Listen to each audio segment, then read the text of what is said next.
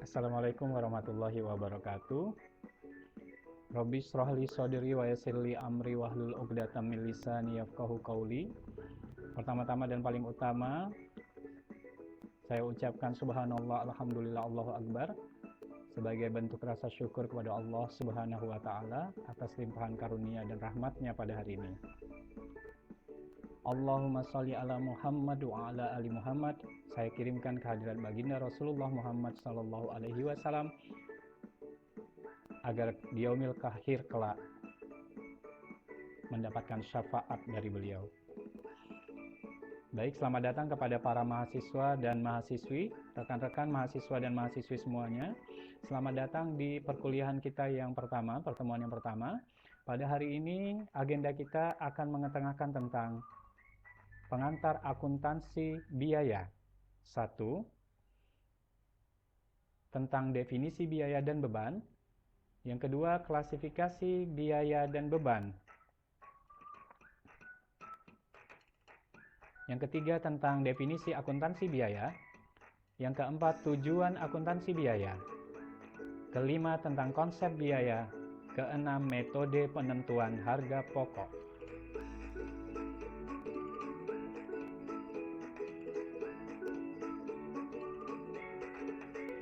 Baik, kita masuk kepada yang pertama, yakni definisi biaya. Biaya dalam arti luas memiliki 4 unsur. Yang pertama adalah merupakan pengorbanan sumber ekonomi. Yang kedua, dihitung atau diukur dalam satuan uang.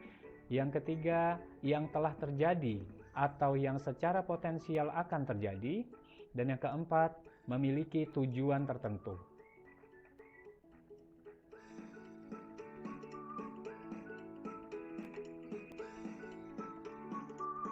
Baik, kita hadirkan contoh kasusnya.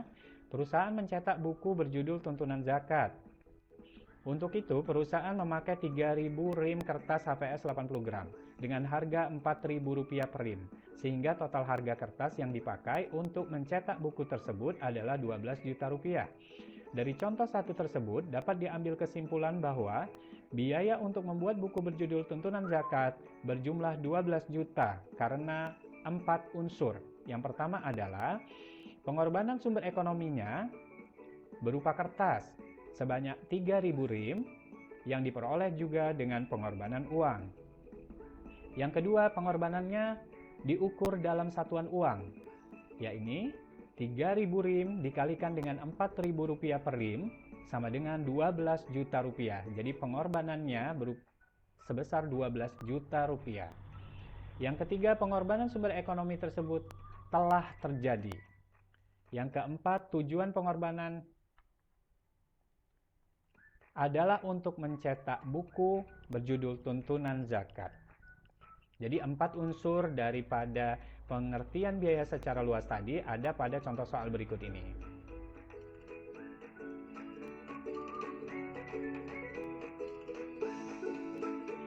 Baik, saya hadirkan contoh soal yang kedua. Seorang manajer pemasaran merencanakan akan memasang papan reklame di pinggir jalan raya Tanjung Pinang, Uban. Harga yang harus dibayarkan untuk pembuatan papan reklame tersebut diperkirakan Rp2.500.000. Maaf, Rp2.500.000. Untuk pemasangannya, ia akan membayar Rp200.000. Pajak yang harus dibayar untuk papan reklame tersebut Rp250.000. Kesimpulannya adalah pengorbanan sumber ekonominya adalah bahan-bahan pembuatan papan reklame. Pengorbanannya diukur dalam satuan uang, yakni Rp2.500.000 ditambah dengan Rp200.000 biaya pemasangannya, lalu Rp250.000 pajak reklamenya, maka total biaya pengorbanannya adalah Rp2.950.000. Yang ketiga inilah yang aspeknya berbeda dengan contoh soal yang pertama. Kalau yang pertama tadi telah terjadi, kalau yang sekarang adalah pengorbanan sumber ekonominya tersebut baru direncanakan akan dilakukan. Berarti dia potensial akan terjadi. Dan yang keempat adalah tujuan pengorbanan tersebut adalah untuk pemasangan papan reklame guna kepentingan promosi.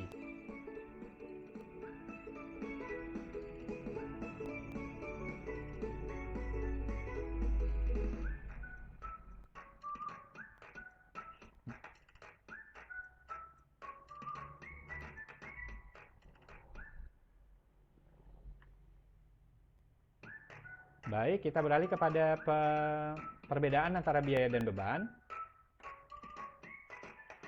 Biaya dalam arti sempit adalah pengorbanan ekonomis yang perlu dilakukan perusahaan untuk mendapatkan dan melindungi manfaat ekonomis. Jadi di sini ada pengorbanan ekonomi ya yang perlu dilakukan perusahaan untuk mendapatkan dan melindungi manfaat ekonomis. Sedangkan beban adalah penurunan manfaat ekonomi selama satu periode akuntansi dalam bentuk arus kas keluar. Jadi di sini beban merupakan penurunan manfaat ekonomi. Kalau yang tadi biaya adalah pengorbanan ekonomi untuk mendapat dan melindungi manfaat ekonominya, sedangkan beban adalah penurunan manfaat ekonominya. Baik, yang kedua adalah biaya dicatat di neraca, termasuk dalam kategori harta. Jadi apabila biaya keluar, yang namanya biaya itu dicatat di dalam neraca sebagai aset. Sedangkan beban dicatat di dalam laporan laba rugi, dia mengurangi pendapatan atau revenue. Dan beban itu merupakan biaya yang kadaluarsa. Seperti apa contohnya? Contohnya biaya. Perusahaan membeli peralatan bisnis berupa gedung pabrik, mesin-mesin, gedung kantor, peralatan kantor, dan sebagainya. Maka peralatan bisnis tersebut, gedung pabrik, mesin-mesin, gedung kantor, peralatan kantor, masuk kategori harta tetap. Jadi di dalam neraca diklasifikasikan di dalam fixed asset atau harta tetap. Dan bila suatu perusahaan menjalankan proses bisnis memproduksi barang, jadi ini adalah perusahaan manufaktur yang memproduksi barang, maka barang tersebut masuk dalam kategori harta juga atau aset berupa persediaan barang. Lalu beban, contohnya adalah pada bulan Januari 2009, perusahaan membeli satu buah mesin senilai 10 juta. Pada Desember 2009-nya, mesin tersebut dihitung biaya penyusutannya yaitu senilai 1 juta rupiah. Maka beban penyusutan mesin dicatat di laporan laba rugi pada posisi beban penyusutan mesin senilai 1 juta rupiah. Sisanya yang 9 juta masih dianggap sebagai harta dan dicatat di dalam neraca. Jadi itu perbedaannya.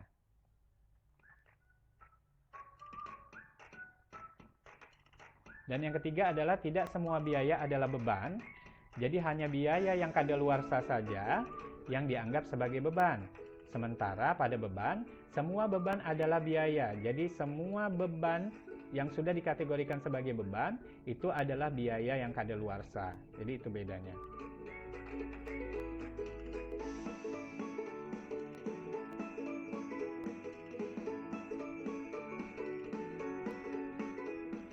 Kita beralih ke klasifikasi biaya. Klasifikasi biaya bisa diklasifikasikan menurut yang pertama objek pengeluarannya, yang kedua adalah fungsi pokok dalam perusahaan, yang ketiga hubungan biaya dengan sesuatu yang dibiayai, yang keempat perilaku biaya dalam hubungannya dengan perubahan volume biaya produksi, dan yang kelima adalah jangka waktu manfaatnya.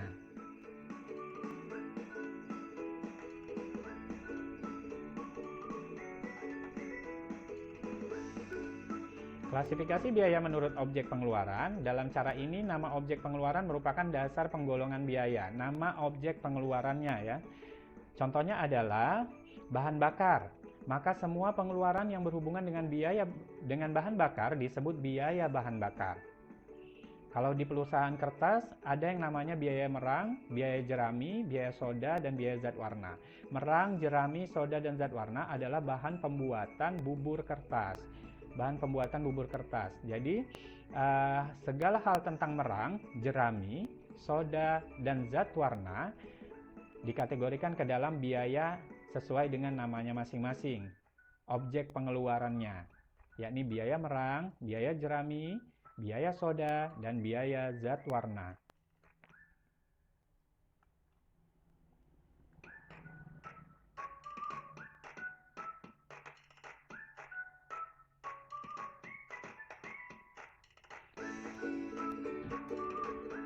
Oke, kita masuk ke yang kedua, klasifikasi biaya menurut fungsi pokok dalam perusahaan. Dalam perusahaan manufaktur ada 3 fungsi pokok, yaitu fungsi produksi, fungsi pemasaran, dan fungsi administrasi dan umum. Oleh karena itu, dalam perusahaan manufaktur, biaya diklasifikasikan menjadi 3 kelompok. Yang pertama adalah biaya produksi. Apa saja biaya produksi? Biaya produksi adalah biaya bahan baku, biaya tenaga kerja langsung, dan biaya overhead. Sedangkan biaya pemasaran yang kedua, seperti biaya iklan, biaya promosi, biaya angkutan, gaji karyawan bagian pemasaran, dan biaya sampel atau biaya contoh. Yang ketiga adalah biaya administrasi dan umum, seperti gaji karyawan bagian keuangan, akuntansi, personalia, maksudnya gaji karyawan bagian keuangan, gaji karyawan bagian akuntansi, dan gaji karyawan bagian personalia. Lalu biaya pemeriksaan akuntan dan biaya fotokopi masuk ke dalam biaya administrasi dan umum.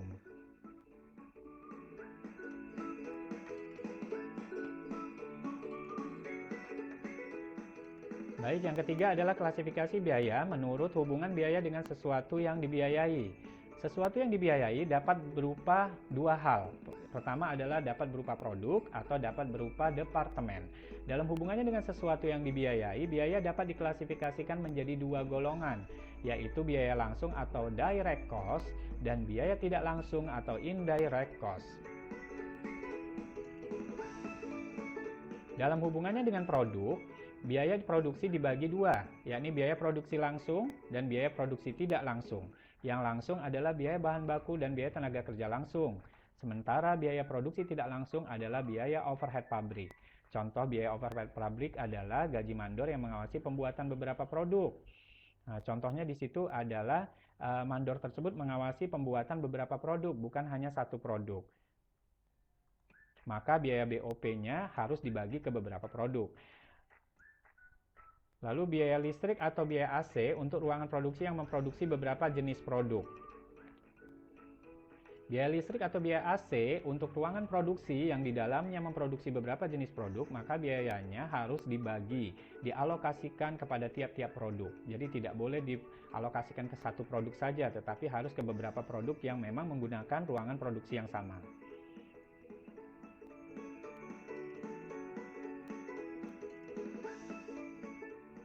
Dalam hubungannya dengan departemen, biaya dibagi dua, biaya langsung departemen dan biaya tidak langsung departemen. Biaya langsung departemen merupakan biaya yang terjadi di departemen tertentu. Misalkan biaya langsung departemen A, maka biaya-biaya yang terjadi di departemen A merupakan biaya langsung departemen. Yang kedua adalah biaya tidak langsung departemen. Biaya tidak langsung departemen adalah biaya yang terjadi pada satu departemen namun manfaatnya dinikmati oleh departemen lain. Contohnya adalah biaya pembangkit tenaga listrik. Biaya listrik pada departemen pembangkit tenaga listrik. Jadi di situ departemen yang khusus untuk supply listrik untuk seluruh departemen. Jadi biayanya dialokasikan juga untuk beberapa departemen yang merasakan manfaatnya.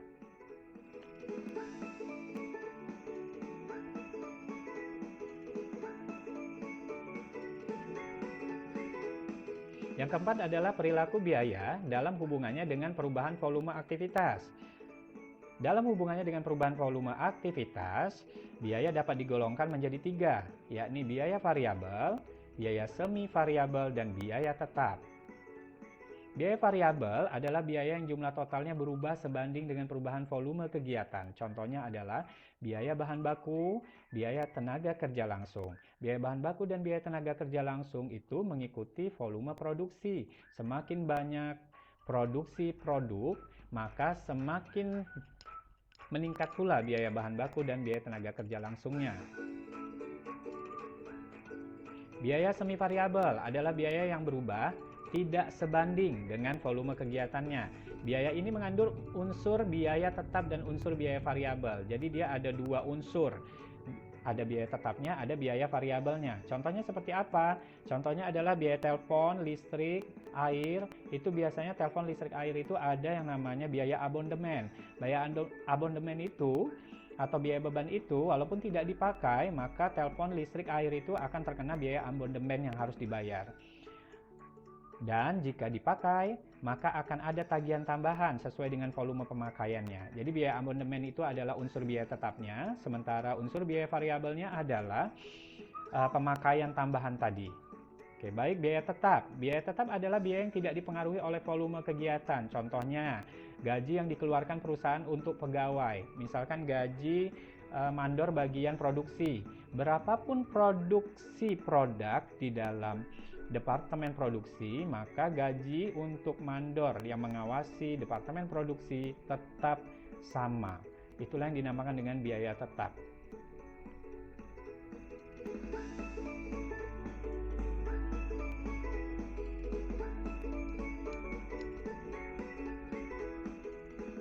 Baik, biaya menurut jangka waktu manfaatnya dibagi menjadi dua, yaitu pengeluaran modal dan pengeluaran pendapatan. Kita bahas dulu pengeluaran pendapatan. Pengeluaran pendapatan ini ciri khasnya adalah biaya hanya memberi manfaat ekonomi pada saat periode berjalan. Nilainya cenderung kecil alias tidak material. Manfaat ekonomisnya tidak lebih dari 1 tahun buku dan langsung dibebankan pada laporan laba rugi periode berjalan. Contohnya seperti apa? Contohnya ialah biaya pemeliharaan mesin, biaya pembersihan mesin, biaya pelumasan mesin. Biaya-biaya ini tidak menambah umur ekonomis dari mesin tersebut dan tidak menambah kapasitas produksi mesin tersebut, dan juga nominalnya kecil atau tidak material. Jadi dia hanya dicatat di laporan laba rugi sebagai beban pemeliharaan mesin, beban pembersihan mesin, beban pelumasan mesin, seperti itu.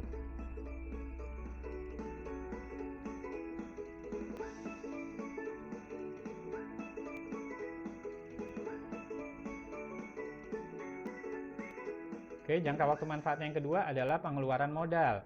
Pengeluaran modal ini terbalik ya dengan pengeluaran pendapatan. Pengeluaran modal, biaya yang dikeluarkan untuk memperoleh aset tetap, menambah kapasitas output daripada aktiva tetap, menambah tingkat keefisienan aktiva tetap, juga memperpanjang umur ekonomis suatu aktiva tetap.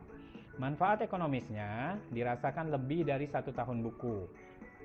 Dan pengeluaran yang tidak dibebankan pada saat periode pengeluaran itu terjadi, melainkan dikapitalisasikan sebagai aset tetap dalam neraca. Jadi misalkan sebelumnya ada biaya mesin produksi A misalkan, maka ternyata dia harus di-upgrade. Maka pada saat mengupgrade keluar biaya lagi, maka biaya upgrade tersebut dikapitalisasikan, ditambahkan dengan biaya perolehan daripada mesin produksi tersebut yang pertama yang sudah tercatat di dalam neraca, ditambahkan kemudian baru disajikan ke dalam neraca. Jadi dia dikapitalisasi, ditambahkan, diakumulasikan sebagai aset tetap dalam neraca. Otomatis nilainya adalah material. Contohnya seperti apa? Contohnya pembelian mesin produksi, pembelian komponen mesin produksi, mengupgrade kapasitas mesin produksi yang umumnya jumlah yang dikeluarkan untuk itu sangat material. Kalau sudah di-upgrade kapasitas mesin produksi, lalu komponennya juga ada yang diganti, maka otomatis umur daripada si mesin produksi tersebut akan bertambah. Maka akan dilakukan penghitungan ulang tentang masa manfaat dari produk tersebut.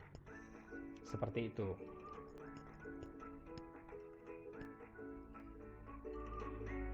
Kita beralih kepada definisi akuntansi biaya. Akuntansi biaya adalah proses pencatatan, penggolongan, peringkasan, dan penyajian. Apa yang dicatat, apa yang digolongkan, apa yang diringkas, dan apa yang disajikan adalah biaya pembuatan dan penjualan produk atau jasa.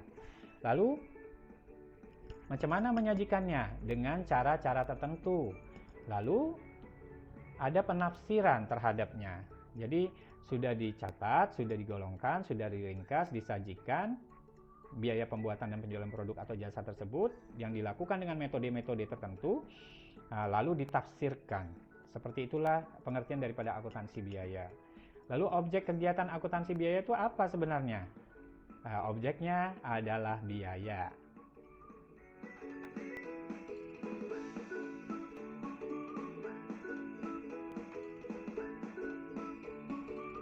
Akuntansi biaya merupakan bagian dari dua tipe akuntansi. Jadi akuntansi biaya itu bukan merupakan tipe akuntansi.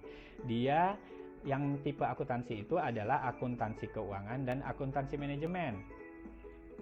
Maka akuntansi biaya itu merupakan bagian dari dua tipe ini. Jadi dia bisa mengadop akuntansi keuangan, bisa juga mengadop akuntansi manajemen. Dia merupakan bagian daripada dua tipe akuntansi ini.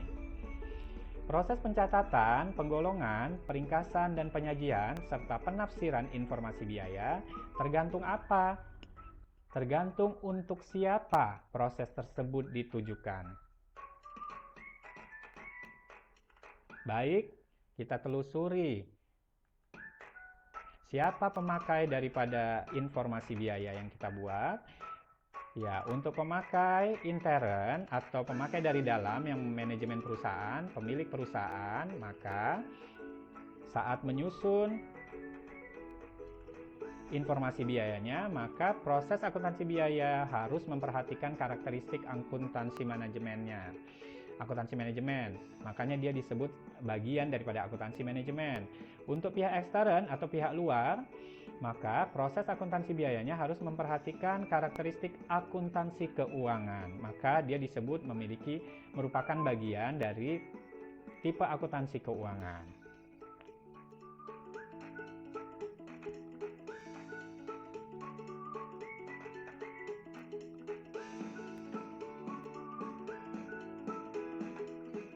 Tujuan daripada akuntansi biaya itu menghasilkan informasi biaya. Informasi biaya. Untuk apa? Untuk memenuhi berbagai macam tujuan. Tujuannya seperti apa? Yang pertama adalah untuk tujuan penentuan kos produksi. Ya, biaya produksinya. Berapa sih total biaya produksi dari suatu produk? Nah, itu adalah tujuan daripada akuntansi biaya. Pada saat mewujudkan tujuan penentuan kos produksi, akuntansi biaya menyajikan biaya yang telah terjadi di masa lalu. Yang kedua, untuk tujuan pengendalian biaya. Pada saat mewujudkan pengendalian biaya, maka akuntansi biaya menyajikan informasi biaya yang akan terjadi dan biaya yang sesungguhnya terjadi. Jadi ada dua biaya, yang satu akan terjadi, berarti itu adalah biaya prediksi. Yang kedua adalah biaya yang sesungguhnya, yakni biaya yang real terjadi. Nah, lalu dua biaya ini disajikan untuk dianalisis terhadap penyimpangannya. Kenapa bisa begini? Kenapa bisa begitu? Kenapa selisihnya begini? Kenapa selisihnya begitu? Itu dicari tahu penyebab penyimpangannya.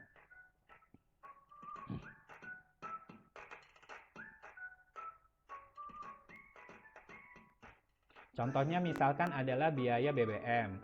BBM untuk tahun ini misalkan menghabiskan biaya 15 juta, misalkan dalam 1 tahun, misalkan 15 juta.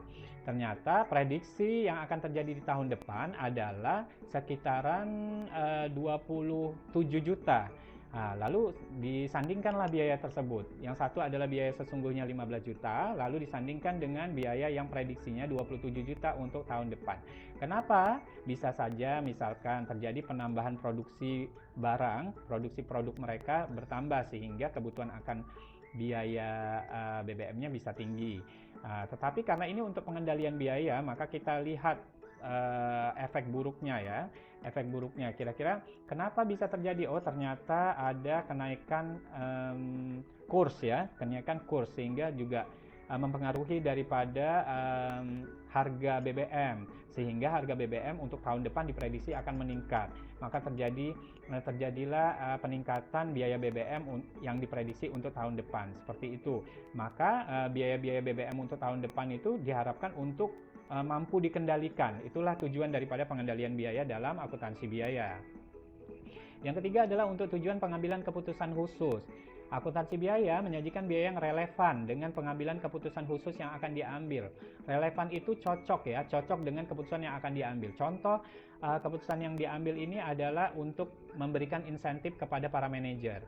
Maka penilaiannya juga harus didasarkan kepada biaya yang dapat dikendalikan oleh manajer tersebut. Contoh di dalam suatu perusahaan manufaktur ada beberapa departemen produksi. Departemen produksi A atau divisi A itu ternyata biaya yang dikendalikannya 70% harusnya.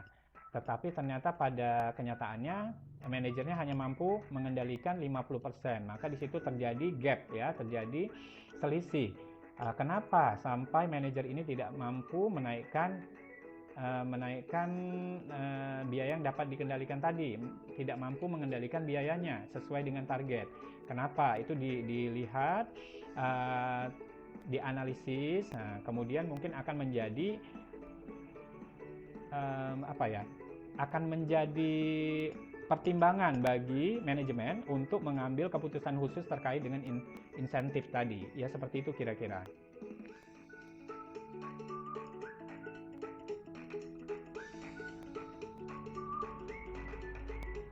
Oke, konsep biaya ini yang paling penting dari semua materinya. Konsep biaya itu seperti apa sih? Ya, konsep biaya adalah different cost for different purposes.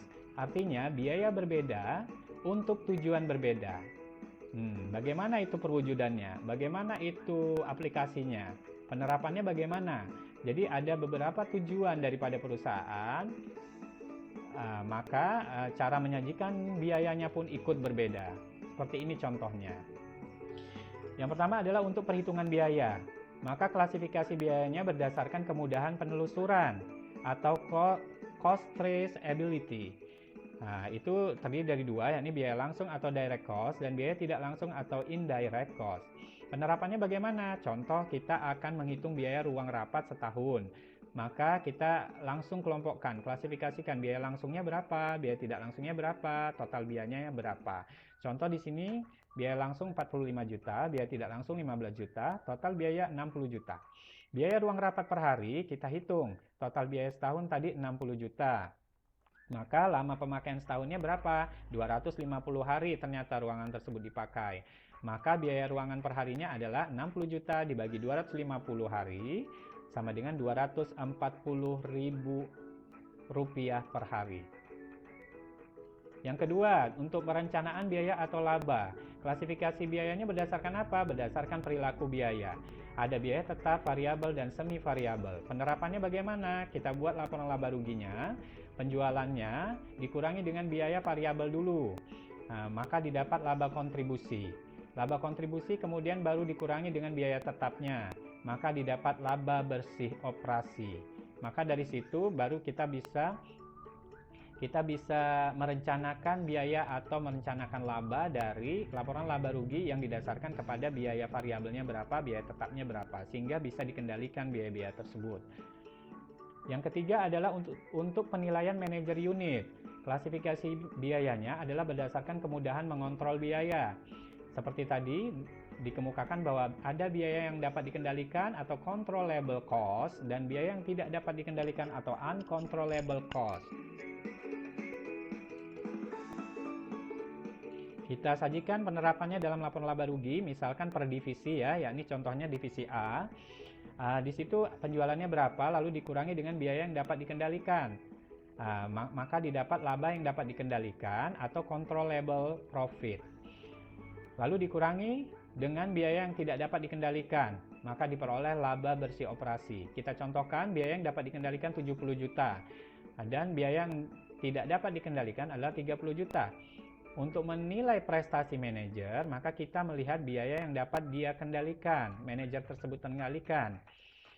Biaya yang tidak dapat dikendalikan itu pasti terjadi, tidak bisa diganggu gugat.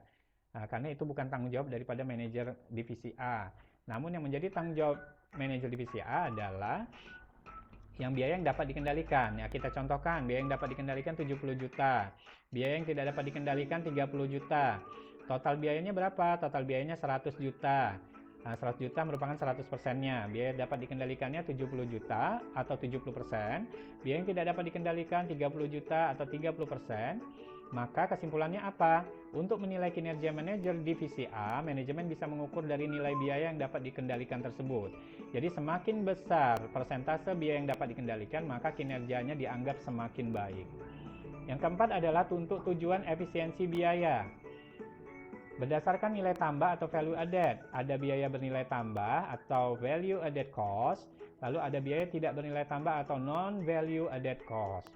Penerapannya bagaimana? Di laporan laba rugi divisi A lagi, contoh penjualannya dikurangi dengan biaya bernilai tambah. Dikurangi lagi dapat laba bernilai tambah. Laba bernilai tambah dikurangi lagi dengan biaya tidak bernilai tambah, maka didapat laba bersih operasi. Ini kita contohkan lagi, biaya bernilai tambah 70 juta, biaya tidak bernilai tambah 30 juta. Total biaya 100 juta, biaya bernilai tambah 70 juta, biaya tidak bernilai tambah 30 juta. Maka ini yang mananya yang kita lihat. Maka untuk mencapai efisiensi yang lebih baik pada periode yang akan datang, maka manajemen berpeluang menurunkan biaya yang mana? Biaya yang tidak bernilai tambah. Jadi biaya yang tidak bernilai tambah yang tadi 30% diusahakan di periode yang akan datang diturunkan lagi agar jangan sampai 30% lagi. Kalau bisa menjadi lebih signifikan, yakni 15% atau 10%, seperti itu.